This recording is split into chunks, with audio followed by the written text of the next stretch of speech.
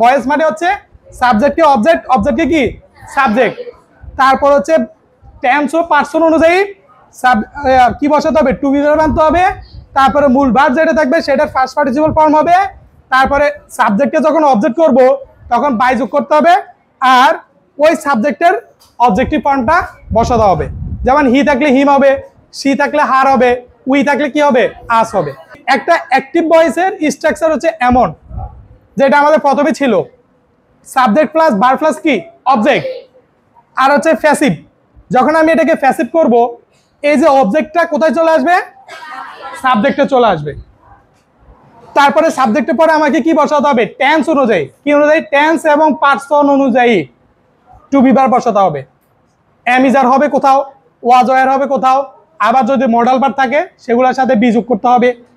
তারপরে এখানে যে মূল ভার্বটা আছে সেই মূল ভার্বটা কি হয়ে যাবে, ভার্বের পাস্ট পার্টিসিপল ফর্ম।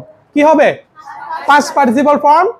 তারপরে যখন আমি সাবজেক্টটাকে কোথায় নিব, অবজেক্টে নিব, সেক্ষেত্রে আমাদের বেশিরভাগ কি হয়, বাই হয়।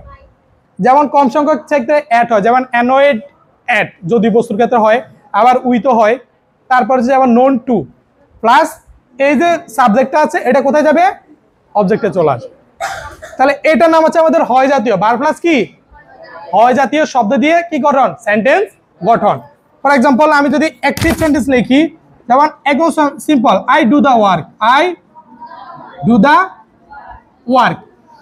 দেখো এখানে এ বাক্যের সাবজেক্ট কি আই, ভার্ব কি ডু, অবজেক্ট কি দ্য ওয়ার্ক, অবজেক্ট কি দ্য ওয়ার্ক।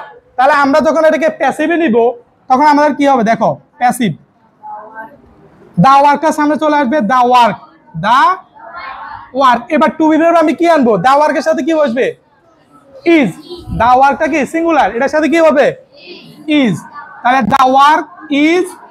এবার যে ডু আছে না, ডু এর আমরা জানি টু বি ভার্ব শেষে কি বসবে, ভার্বের পাস্ট পার্টিসিপল ফর্ম। তাহলে ডু এর ফার্স্ট পার্টিসিপল ফর্ম কি, do did done, very good, done. তাহলে the work is done, the work is কি ডান।